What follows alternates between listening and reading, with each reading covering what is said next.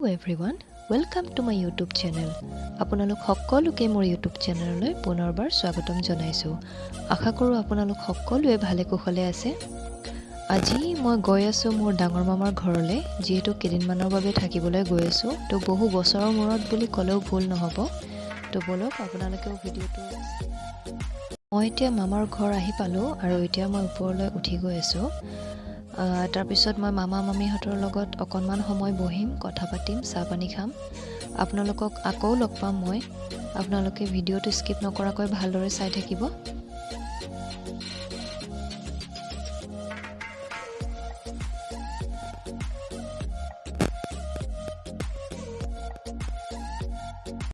Good morning everyone.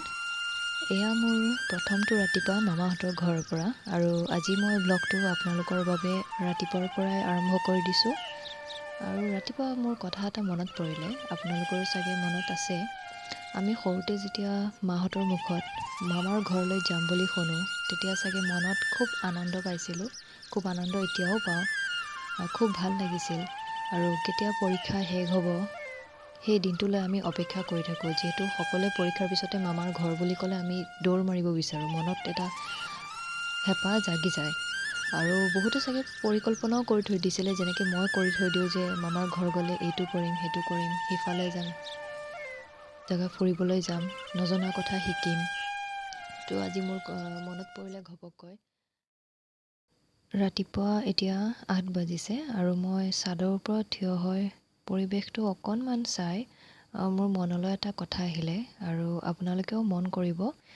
এই অট্টালিকাবোৰ চালে আপোনালোকৰ এনেকুৱা এটা অনুভৱ নহয়নে যে গছ গছনিবোৰৰ বাবে আমিয়ে দোষী হয়?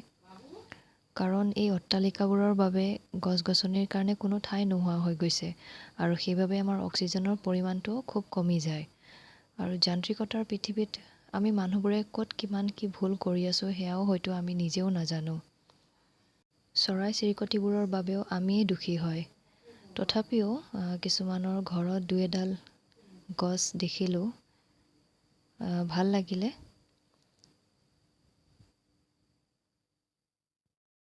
এতিয়া মই আপোনালোকক দেখুৱাবলৈ ওলাইছোঁ যে বিৰতিৰ সময়ত মামাই কি কৰে, আৰু আমিও এনেই থকা সময়খিনিত কি কৰা উচিত। আপোনালোকেও দেখি ভাল পাব। এয়া কিছুমান আপোনালোকে সৰু সৰু ফুলৰ গছ দেখিবলৈ পাইছে, আৰু তাৰ মাজে মাজে কিছুমান শাকো ৰুইছে। আজিকালি আমি অট্টালিকাবোৰত প্ৰায়ভাগ মানুহেই এনেধৰণে এই পদ্ধতিটো ব্যৱহাৰ কৰা দেখি আছোঁ। আৰু ভাল এটাই যে আজিকালি শাক পাচলিবোৰ বজাৰত যিহেতু চব আমি ঔষধিয়ে খাই আছোঁ, সেইবাবে মানুহবোৰে এই পদ্ধতিটো যদি ব্যৱহাৰ কৰে, তেতিয়াহ'লে আমি ফ্ৰেছ খাবলৈ পাওঁ। আৰু ইয়াৰ মাজতে আপোনালোকক এটা কথা জনাই দিওঁ যে এই ফুলবোৰ আৰু এই গছ গছনিবোৰ যে আপোনালোকে দেখিবলৈ পাইছে, ইয়াৰ সযতন মোৰ মামী ৰাতিপুৱা শুই উঠি পানী দিয়ে আৰু গধূলি এবাৰ দিয়ে, যিহেতু ভালদৰে ৰাখিব লাগে। আৰু বহুত সযতনে ৰাখে মোৰ মামাই। বহুত মৰমৰ হয় তেখেতৰ এইখিনি। এনেই থকা সময়খিনিত যদি আমিও এইবোৰ কৰোঁ, তেতিয়াহ'লে আমাৰো সময়বোৰ ধুনীয়াকৈ পাৰ হৈ যায় বা পাৰ হ'ব পাৰে। ভিডিঅ'টো মই বেছি দীঘল নকৰোঁ, কাৰণ ব্যস্ততাৰ মাজতো মই আপোনালোকৰ বাবে অকণমান ভিডিঅ'টো কৰিলোঁ। কাৰণ এই ঠাইখিনি মোৰ খুব প্ৰিয়। এই পৰিৱেশটো মোৰ খুব ভাল লাগে, যিহেতু এই ঠাইখিনি খুব নিজান হৈ থাকে, আৰু মোক এনেকুৱা পৰিৱেশ এটাত খুব শান্তি লাগে।